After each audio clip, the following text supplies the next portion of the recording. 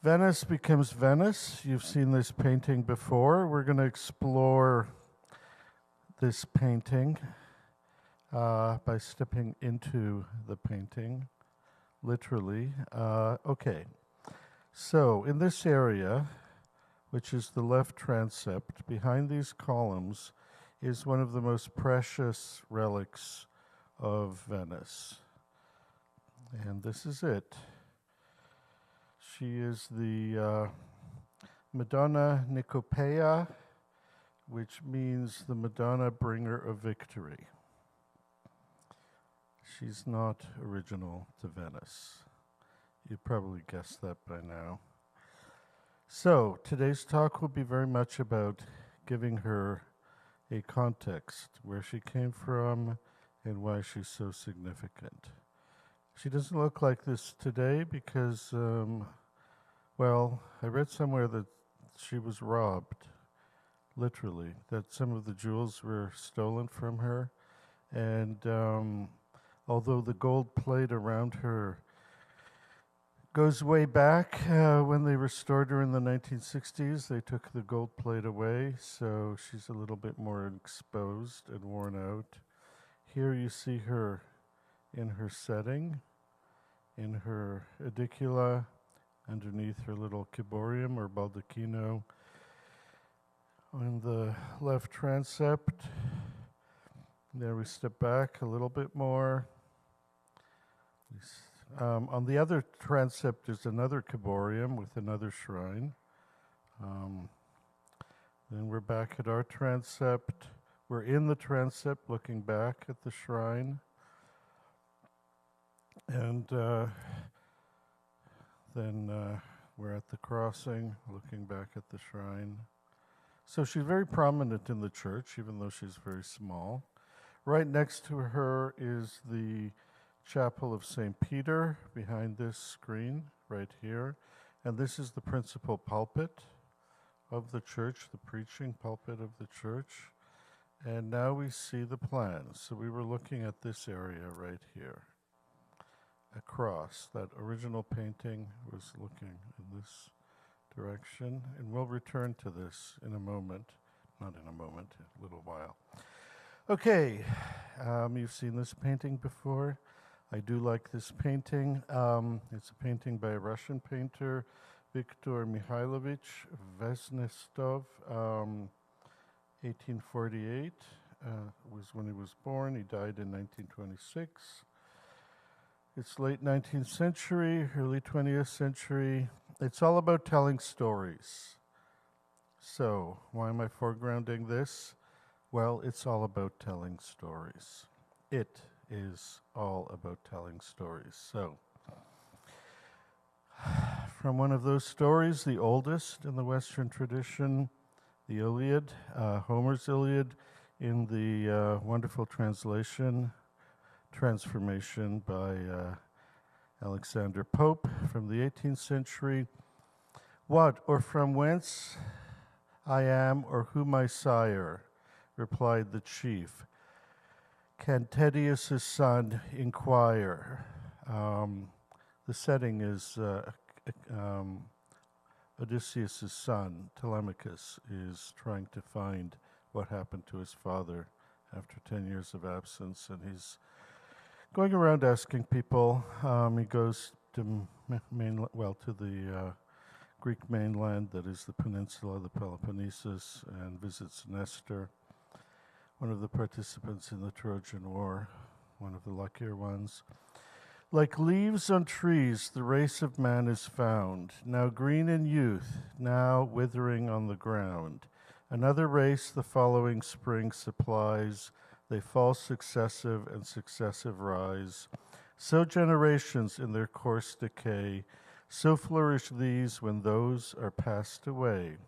But if thou still persist to search my birth, then hear a tale that fills the spacious earth. It's all about telling stories. So, here's one of the great storytellers of the High Renaissance, Paolo Veronese, in his great painting, in the great greatest of the great halls of the Doge's palace. It's entitled The Apotheosis of Venice. We will be heading towards Veronese towards the end of our trajectory. This painting was painted in around 1585, just before, a few years before he died, so it represents Veronese at the height of his powers. This is Venice, very full of itself, celebrating its extraordinary trajectory over the centuries. And it was indeed extraordinary. There's the setting, that's the painting, this is the ceiling of the gigantic Great Hall. This, I believe, is considered the biggest oil painting in the world by Tintoretto. Here is circa 1900 photograph of the hall to get the setting. And this is where that trajectory of Venice ended in 1797, and we will hopefully arrive there at the end of our story. So, somewhere at the beginning of Venice's becoming self-aware and seeing itself as independent, although obviously related to all that was going around, is the first painter who self-identified as the first fully Venetian painter of the early Renaissance. His name is Paul the Venetian, or Paolo Veneziano, and his patron was the great Doge of that period, Andrea Dandolo. So we're looking at the middle years of the 14th century. So this is the first Venetian painter. So he's painting in a tradition, and this next painting is a good representation of that tradition. As you can see, typologically, they're very similar, right? And yet artistically, and even artistically, they're certainly related. This painting is in fact contemporary with the other painting. This is a painting from Byzantium. And whereas they have a lot in common, there is something new in this painting that, however related it may be, is a step away into a new realm. Again, trying to get a sense of that new realm. Here we have an Annunciation by Paul the Venetian. And here we have a contemporary Byzantine Annunciation. This is an icon that's ended up in Ohrid in today's Macedonia. So you can see the typological similarities and yet the nonetheless huge artistic differences. That Paul the Venetian is a transitional or liminal figure can be seen by his more, let us say, conservative works. So this is also an Annunciation by Paul, which is much more directly in the old Roman tradition, let us call it. And when you see the first painting I showed you, this is called a polytyp. In other words, more than three. A diptych is 2, a triptych is 3. Poly is obviously more than 3. I hope you can catch at a glance how these figures, the older figures, the St. John the Baptist for one, partake more directly of the East Roman inheritance, and yet these framing figures, these friars, are very much in the new style. And of course, the person who represents the beginning of the new style is Giotto. And the central figure, which is fundamentally iconic, somehow tries to stay within a mean between these figures and these figures. Can you all see that? So the Venetian painters are very conscious of their East Roman inheritance, and in many ways that will persist, although it will be manifest in different ways. So this is the same painter in another lots of panels painting. It's a scene from the life of St. Mark. You see he's painting a boat. We're going to look at a lot of boats today.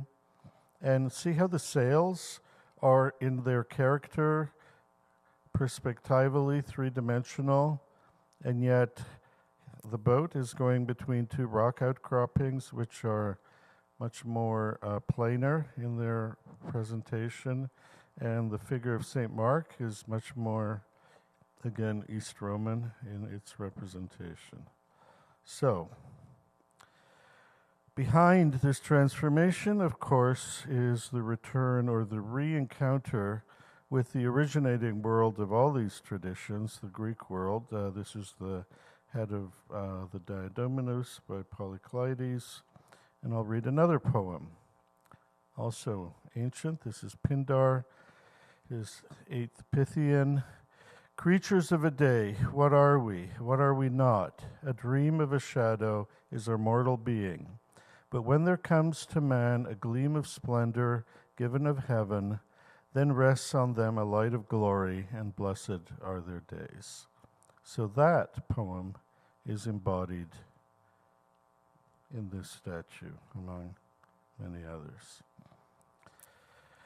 Okay, so where did we leave off? Venice was at the very perimeter of the East Roman world in the year 800, when the remnant of Romanitas in the East was at war with the newly revived claim to Romanitas in the West, i.e. the Carolingians under Charlemagne at that point in 800, and the East Romans, who we call the Byzantines. There's, of course, a third world represented by the green, and a fourth center of authority, which will come into prominence very quickly between 800 and the year 1100.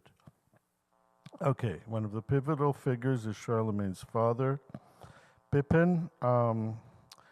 Erroneously called in English Pippin the Short. It means Pippin Minor or Pippin the younger son, actually.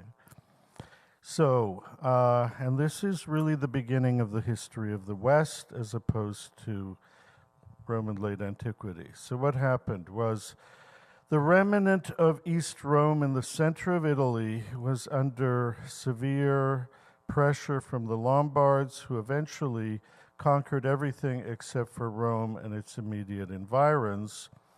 And the Pope in Rome, once Ravenna fell to the Lombards, had nowhere to turn, he felt, except west, and he petitioned the new strongman in the west, Pippin, to send him help. Of course, that help came under conditions. But nonetheless, as a consequence of that help, eventually, the former East Roman territories in Italy, in central and northern Italy, were given as a donation by Pippin to the popes in Rome to be administered directly under them, and the former administrators ruling from Ravenna on behalf of East Rome from Constantinople no longer ruled the center. And this is the beginning of the modern papacy. Okay, so there's the Carolingian world, but all of this, as far as Pippin and his successor, Charlemagne, and his successors, still belong to the Franks. In other words, they didn't see the popes as a completely independent player, and the tension between these two are nicely represented by these two manuscript illuminations, coronations. This is a Carolingian manuscript showing a Carolingian monarch in a very ancient guise being crowned directly from heaven, framed by two saints. And this is a later medieval representation of the coronation of Charlemagne, where Charlemagne is kneeling and he has his hands clasped, which is the German gesture of fealty, which we still continue to to use except in our case, it's fealty to the divine. A new center of power, a new center of authority in Rome, I put it in a somewhat colloquial way last week when I talked about apex predators and wolves, etc. So think of the remnants of the Roman world as having three competing centers of authority. The revived Roman Empire in the West, first under the Carolingians, the remnant of the Roman Empire in the East, and in between them, literally, in many other ways, this new self-definition of a super authority which transcends the authority of these imperial entities. So, Charlemagne had several sons. One of them was called Pippin of Italy, and it was Pippin of Italy who was in fact besieging Venice in 810. Of course, the goal of Charlemagne was to take over Venice, and he failed. He failed because Venice had, as one of its walls, one of its allies, the mosquito, the swamps. So, those who lived in Venice were the descendants of those who had a genetic immunity of sorts to malaria. So it wasn't just the sea, and it wasn't the sea per se. It was the wetlands with their malarial fauna that were the wall around Venice. And so Pippin of Italy died during the siege. And not only Pippin of Italy, but many of these Franks died during the siege, which is what led ultimately Charlemagne to begin negotiations with Constantinople. And the upshot of those negotiations was that Venice would remain the westernmost remnant of the East Roman sphere of influence. There's a wonderful book about, or rather a collection of essays about this, and here is an image of it, Imperial Spheres in the Adriatic. Byzantium, the Carolingians, and the Treaty of Aachen of 812, which is the real beginning of Venetian history, not the myth of Venice, not the apotheosis as celebrated by Veronese, but the empirical reality that ultimately gave rise to that apotheosis. This treaty was confirmed by Charlemagne's successor, and he was the sole successor because he actually was the only surviving son. Unfortunately, his son, Louis, happened to have lots of surviving sons, which ultimately led to the breakup of the Carolingian realm into three. And this breakup into three is the beginning of modern European history, because the yellow part would become the German realm, the orangey-red part would become the French realm, and the remnant of the center would be those principalities of northern Italy, which gave rise in many ways to the Renaissance, and the Dutch, the Low Countries. And they're culturally the Burgundians. Okay, so this set of competing authorities is what made the takeoff of Venice possible. So, in the year 900, Venice is still a part of East Rome, but it is now a duchy administered more indirectly by its local dukes, who is beginning to take on the attributes of Doge. As you can see, in 900, the Papal States had drastically contracted again because those ambitious blue-eyed blonde Lombards kept on wanting to gobble up all of Italy. And with the collapse of the Carolingian attempt at a revived empire, of course, other centers begin to manifest themselves. And here we're looking at the world by the year 900, there were two other catastrophes that I mentioned earlier that befell Europe at that time, the Vikings and the Magyars, the Hungarians, which kept things rather agitated. But by the year 1000, there were two new, as it were, primary apex rulers in East and West. In the East, it was Otto I and his immediate successors, Otto II and then Otto III.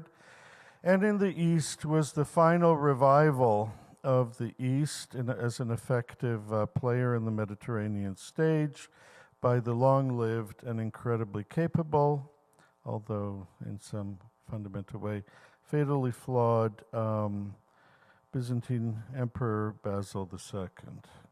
So, at this point, in the year 1000, we're talking about one cultural ecumen, sharing one religion and ruled, as it were, by a very strong memory of its beginnings, going all the way back to the 1st century AD, and that's represented by these two ivories. The first one is Otto, son Otto II, being married to a Byzantine princess, a niece of the Byzantine emperor.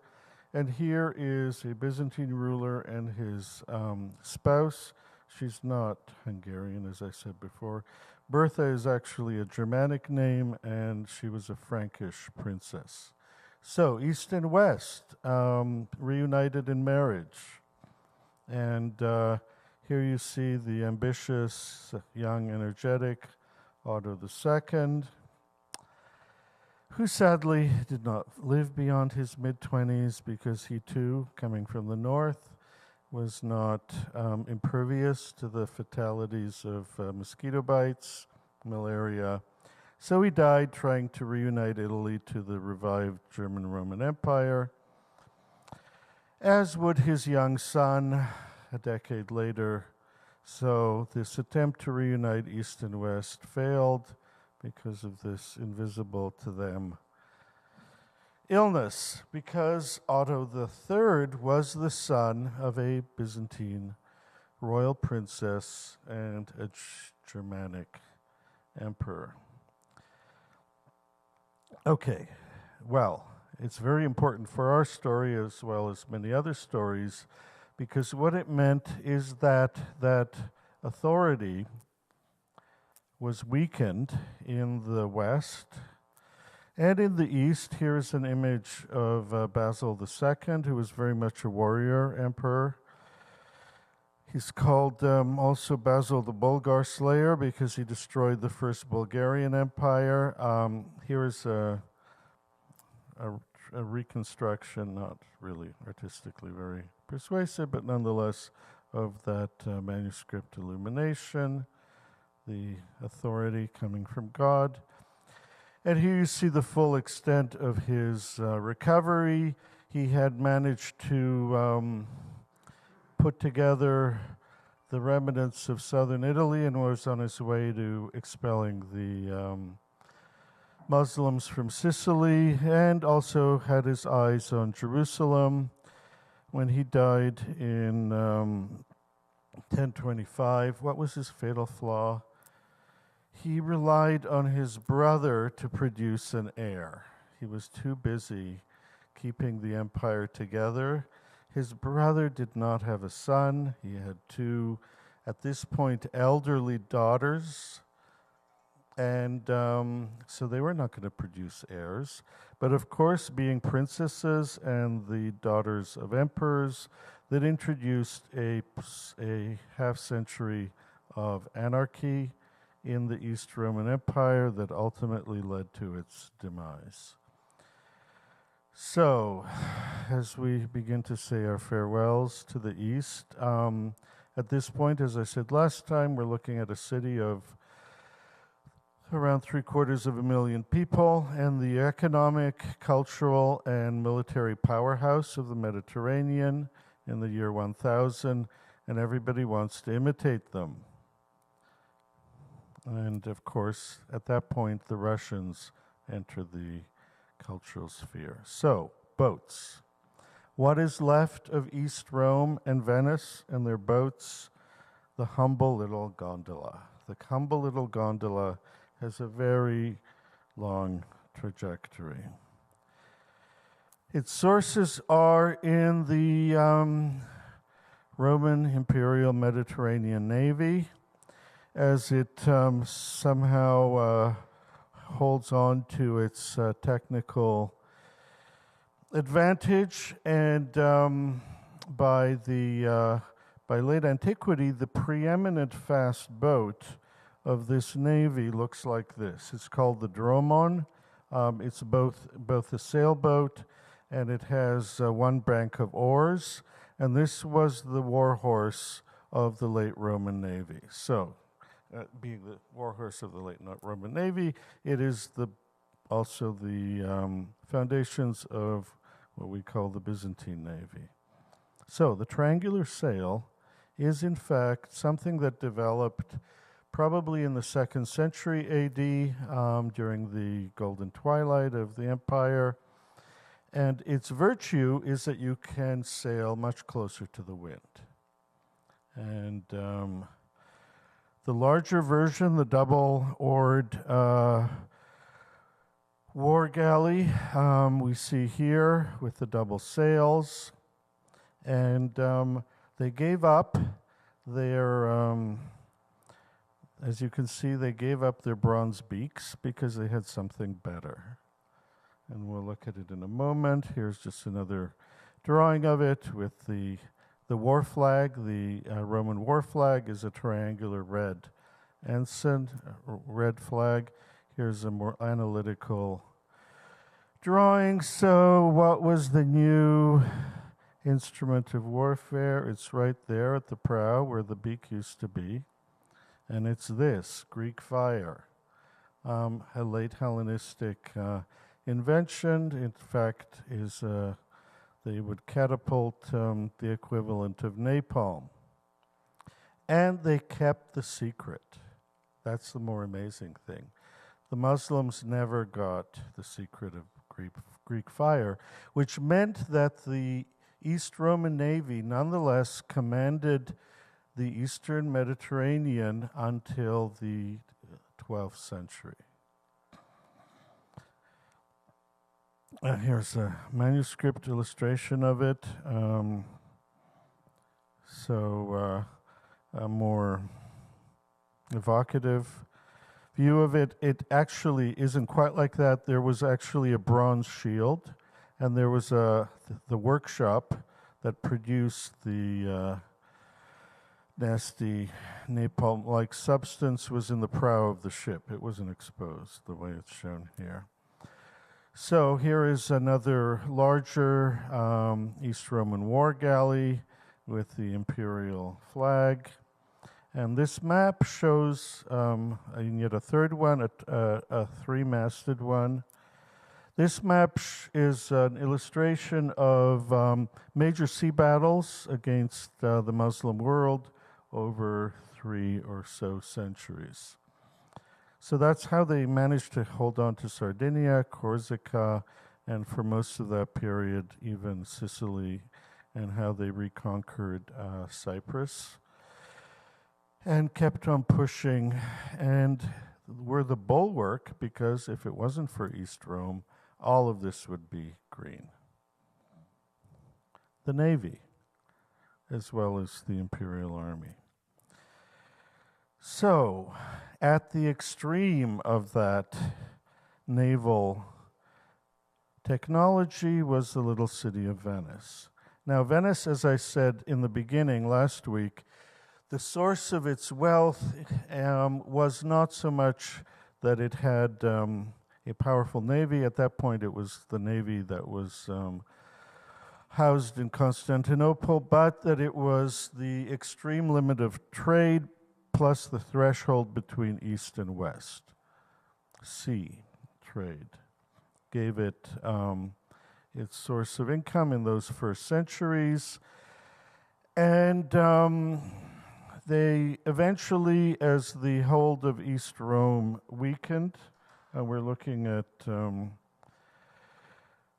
but by the year 1000, the northern Balkans were in a state of perpetual chaos, and so Venice established its control over the northernmost East Roman provinces of the Adriatic.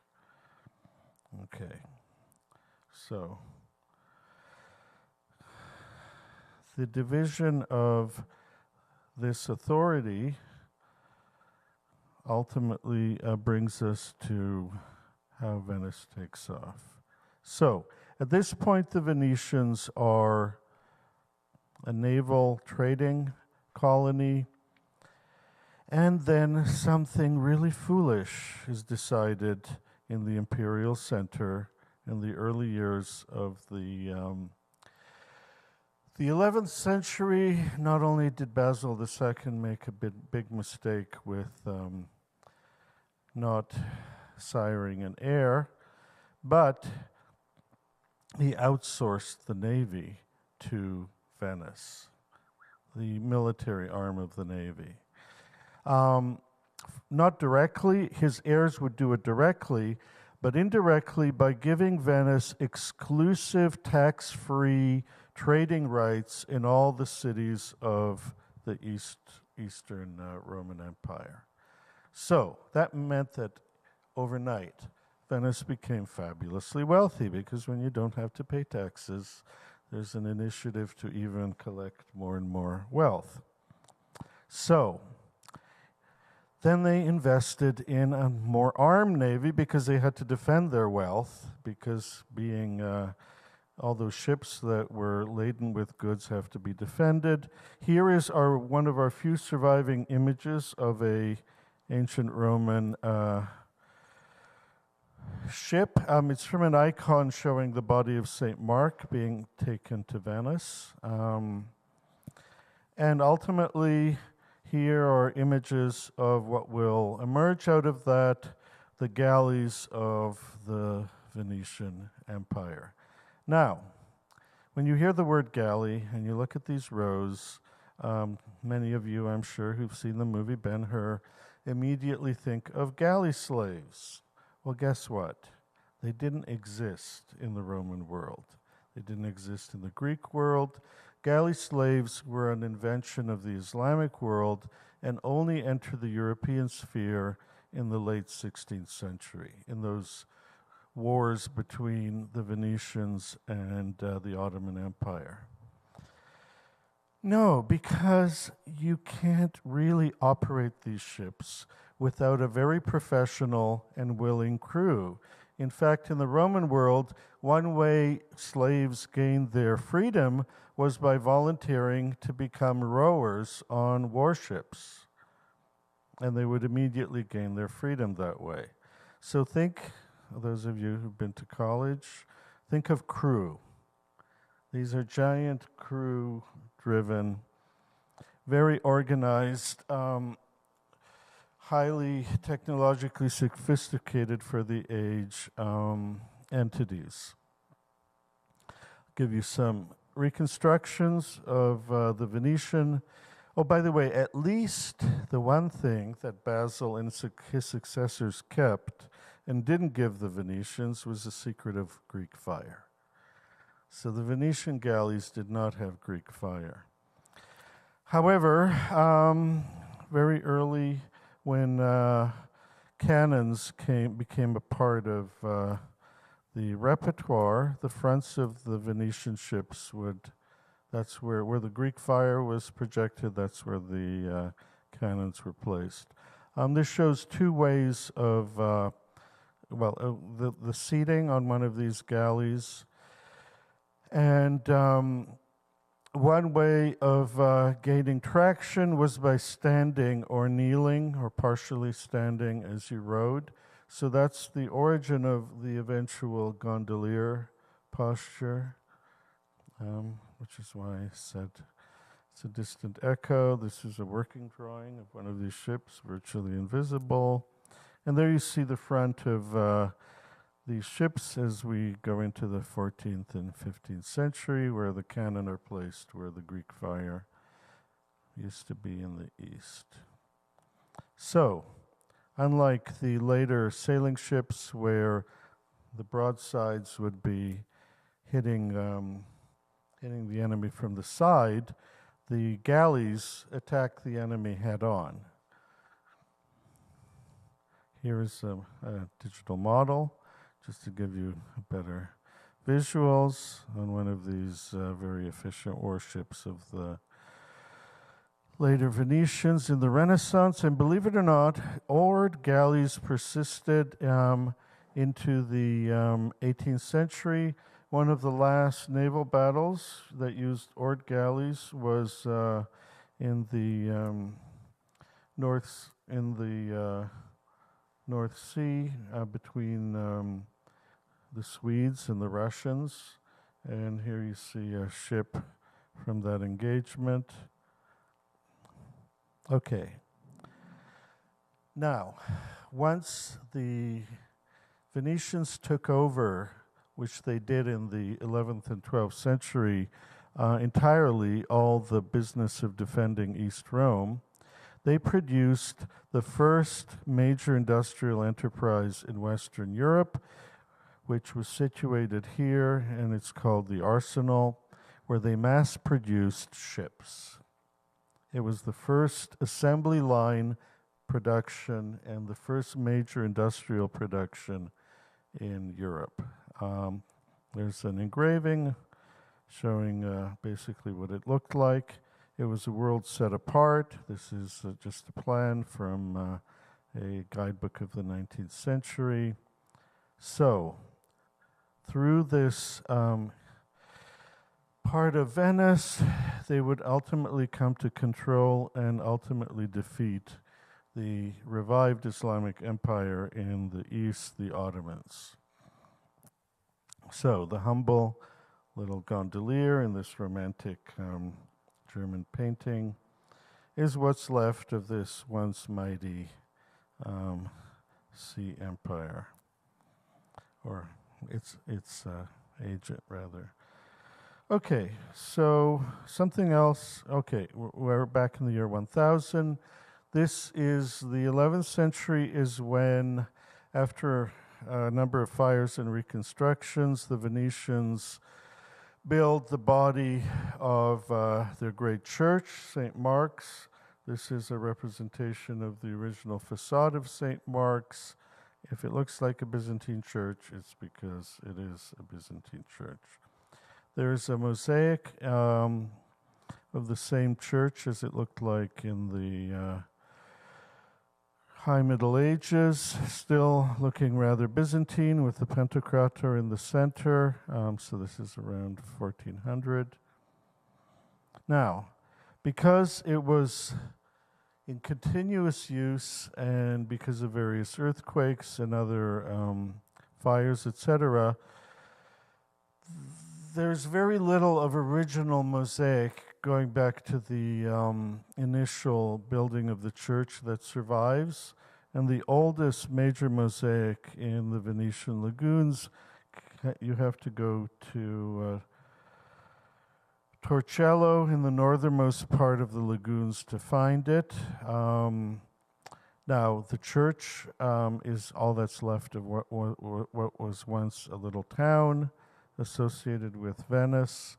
Here's a view of the interior of the church. Again, looking rather East Roman in character. A close-up of the apse and the Madonna, inspired by the great Madonna in the Hagia Sophia, obviously, and probably made by craftsmen from Constantinople. So, what the problem with St. Mark's is that much of what we look at is restoration. And the restoration started in the High Middle Ages and went through the Renaissance. So there are certain fields which preserve the design of the original mosaic, but very little of its actual substance. So let's enter our church here. Yes, but it is the greatest surviving field of gold mosaic, and in Europe. And it is very impressive. Here is the dome, one of the domes, where the narrative is that of creation, going from the center and culminating in the story of Adam and Eve and their immediate consequences.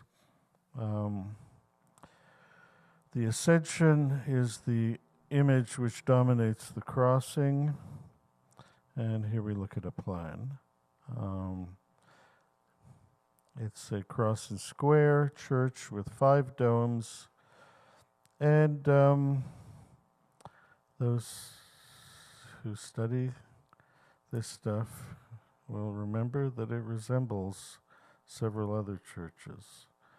What it most directly resembles is the greatest of all these, the church where the Roman emperors were buried, starting with Theodosius I, which is a church of the Holy Apostles. Sadly, we know it mostly through a number of poems and texts and some illumination images, but it was destroyed in the first generation after the conquest by Mehmed II, and it's where Mehmed II is buried, so there's a mosque there now. There's one of the manuscript images of this church, and in the digital model, it presided over the city, over this hill, and that's also where Constantine was buried, so earlier than Theodosius. There you see it in the model again. There's a close-up of that model. And there's a reconstruction of its plan based on all the surviving evidence. So this is where all that survives of Constantine's original church. It was rebuilt under Justinian, is the imperial mausoleum, and this is a drawing of it. And there is one other church in the Byzantine world which was modeled in the same fashion. It was the church of the Apostle John the Evangelist in Ephesus, and there are more substantial remains of it. That's how you can have this plan.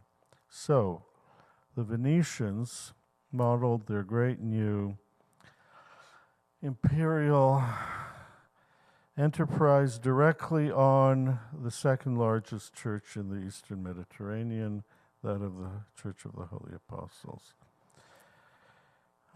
Here is a lovely painting of the interior, and we're going to look at some of the surviving relics of this imperial past. Here's another 19th century painting of the area of the altar. There is an altar screen, very much in the East Roman fashion. When you pass through it, there's a ciborium or baldacchino over the high altar. And on feast days, this is what you would see. The so-called pala d'oro,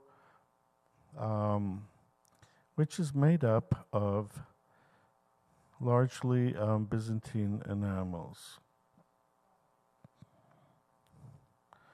Today, it's usually displayed on the back of the high altar, and that's what you're looking at here.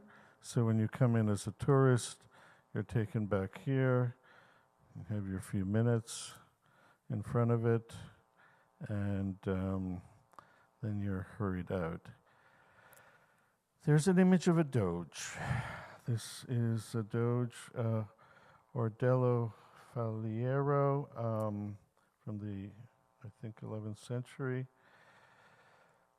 except that it's a borrowed image of a East Roman emperor with the doge's head crudely inserted and some writing to revise the original.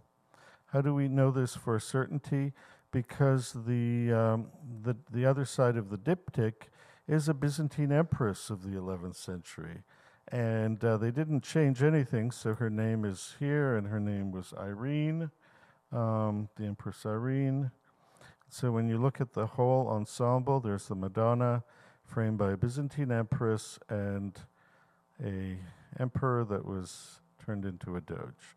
So they kept the overall design. They just substituted the doge. Right above, you have Christ between the four evangelists, and the overall design.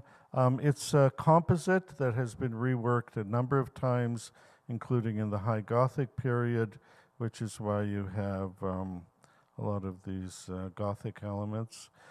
But most of these images are in fact Byzantine, and a good number of them are acquisitions from Constantinople in the early 13th century. So, remember our original painter, Paul from Venice, Paul the Venetian?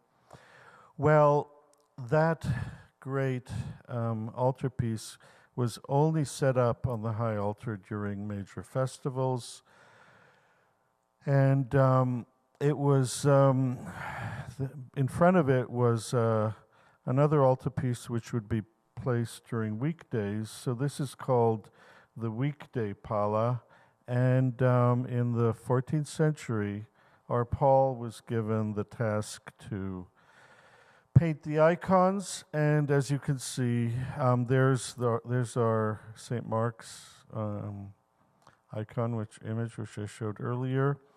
He's being very conservative in the central elements, which are very Byzantine. It's only some of the smaller icons which show some of the artistic consequences of Giotto and his followers. The frame has vanished, so all we have are the panels, these two panels. Later on, another piece was made. So today on the high altar, this is probably from the later 14th century. This is what sits on the high altar. So to go back to our beginnings. Okay, and let's step back. A lovely image. This is a painting from inside. No, it's right. Is it from inside? Yeah, it's from inside the high altar, showing a procession of clerics coming from the crossing into the area of the sanctuary. The altar is immediately behind us. So this is the big window over the entrance, i.e. right over here. There's an image of St. Mark's Square as it's looked in the 19th century, the 21st century image. Okay, so very quickly, what happened and how did Venice ultimately become Venice? So, just around the year 1254, the primary agent of change was the inauguration of a new papacy, which resulted in a schism between Byzantium and its allies, ultimately the Russians, and Western Europe, and the beginning of the separation of the ancient church into East and West. How that happened is a long story, but the effective cultural divide is represented by this image, and that cultural divide is still with us, albeit in rather displaced ways, which is why the Russians are still our enemies. Okay, well, that led directly to the catastrophe which will bring us to the end of Byzantium. So, a new nomadic people emerges from the Far East and enters into and first hits the Islamic world, and actually they start by offering themselves as mercenary soldiers, and the caliphs in Damascus and Baghdad take them on, and eventually the mercenaries revolt, and so it's the beginning of the Turkish takeover of what's left of the heart of the Islamic world. And then they press into Anatolia. Now, unfortunately, through much of the middle of the 11th century, because of the political infighting at the center and the constant reshuffling of emperors, as well as several decades of peace throughout Anatolia. Those who ultimately gained the imperial throne in Constantinople begin to put money into their vanity projects, and that's when the navy is given over entirely to Venice, and the army is essentially disarmed in the easternmost provinces of the empire. So you have new predators on the horizon, and the old imperial polity pulling itself apart from the center. And then on this field, this is a panoramic of what it looks like. Manzikert in eastern Turkey, what was once a part of Armenia. The East Romans would meet their decisive defeat. The site of this defeat is somewhere right here where this A is, the eastern part of Armenia. Here's a later painting which represents that defeat. The Romans actually outnumbered the Turks, but complete incompetence on the part of the emperor and his command, and a betrayal in the middle of the battle led to catastrophe. So, what was the direct consequence of that? The collapse of Byzantine Asia Minor meant that, well, here is the Turkish Empire, the Great Seljuk Empire, as it's moving westward. It led directly to a desperate emperor who brought stability back to the center. His name was Alexis I, begging the popes, who he didn't get along with theologically, but nonetheless continued to have direct contacts, for military help, which is the story of the First Crusade. And here, this is a painting showing the leader of the Crusaders in Constantinople, swearing loyalty to Alexis I and offering his services to expel the Seljuks out of Asia Minor. Well, it didn't happen.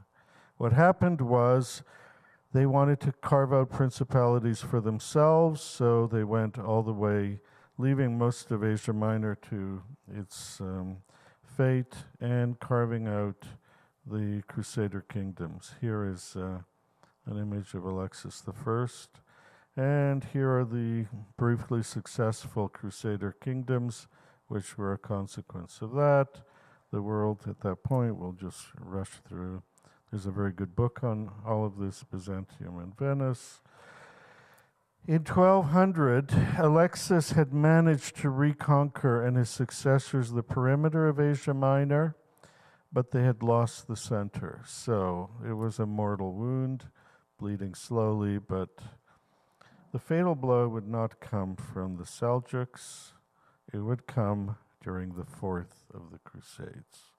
So what happened? Here is the Roman Empire in 1200. Again, change in dynasties, infighting in the center, and one of the sons of a defeated emperor then goes to Venice and asks the Venetians for help to put him back on the throne. So this is the beginning of the Fourth Crusade. And of course, what happens is when they put him back on the throne, they keep the throne from themselves, right? So here is a passage, and I'm going to read to you. The barons and the Venetians battered the walls and towers day and night without with various machines and redoubled the war, conducting many great skirmishes from one area to another. It was in one of these that they valorously acquired the banner of the tyrant, i.e. the usurper who had taken the throne from the son of the emperor that was trying to regain the throne. But with much greater joy, a panel on which was painted the image of Our Lady, which the Greek emperors had continuously carried in their exploits, since all their hopes for the health and salvation of the empire rested in it. The Venetians held this image dear above all other riches and jewels that they took, and today it is venerated with great reverence and devotion here in the Church of San Marco, and it is one that is carried in procession during times of war and plague, and to pray for rain and good weather. It's not the land walls that failed, it's the sea wall. Here is just a representation of the Fourth Crusade. There's the great Doge preaching the crusade. Here's an image of him. Here's an image of what they managed to do was get into the Golden Horn and attack the sea walls, which were not triple walls. Here's an image of breaking through into the city from a later Gothic manuscript. And that is the image that they captured on the walls. And once the East Romans had lost this image, they basically folded. And so the Madonna, a bringer of victory, changed hands from the East Romans to the Venetians and became their most precious icon, which is why you find her where she is today in St. Mark's. Here's a painting by Tintoretto of the capture of the sea walls of Constantinople. And here is an even greater painting by, okay, I need to catch up here. How can I forget?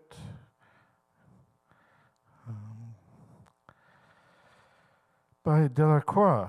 It's called The Entry of the Crusaders into Constantinople in 1204. Well, they didn't just plunder the city, they torched it, and they destroyed more than 3/4 of the city, so it's the end of the last great city in the Mediterranean world, and they set up their rather transitory empire. The Venetians were given rule over, how is it, 5/8 of the empire, and the Franks divided up the rest amongst themselves. So the remnant of the Romans split into 3 little entities, the Empire of Nicaea, the Empire of Trebizond, and the Despotate of Epirus. And one of the trophies are the horses of St. Mark's, which could be actually a remnant of an ancient, it's certainly a part of a quadriga, but it could go back to Hellenistic times. That's what you're seeing there is a cast from the 19th century, and the actual horses and the remnant of their ancient gilding are found inside the treasury of St. Mark's, and the collars are medieval. The collars come from the fact that when the Venetians took back their loot, to transport the horses, they sliced off the heads, and so the collar is the putting the head back on the horses. So that's the beginning of the Venetian Empire. As a footnote, the first transport of goods from the Saxe city met a storm in the Adriatic, and most of the fleet sank. So, in that first shipment were scores of ancient statues, bronzes. So somewhere at the bottom of the Adriatic is a lot of gold and bronze, and probably some of our ancient masterpieces of Lysippus, maybe even Polykleides, maybe even Phidias, still waiting to be recovered by nautical archaeology somewhere around here. Okay, so to be continued.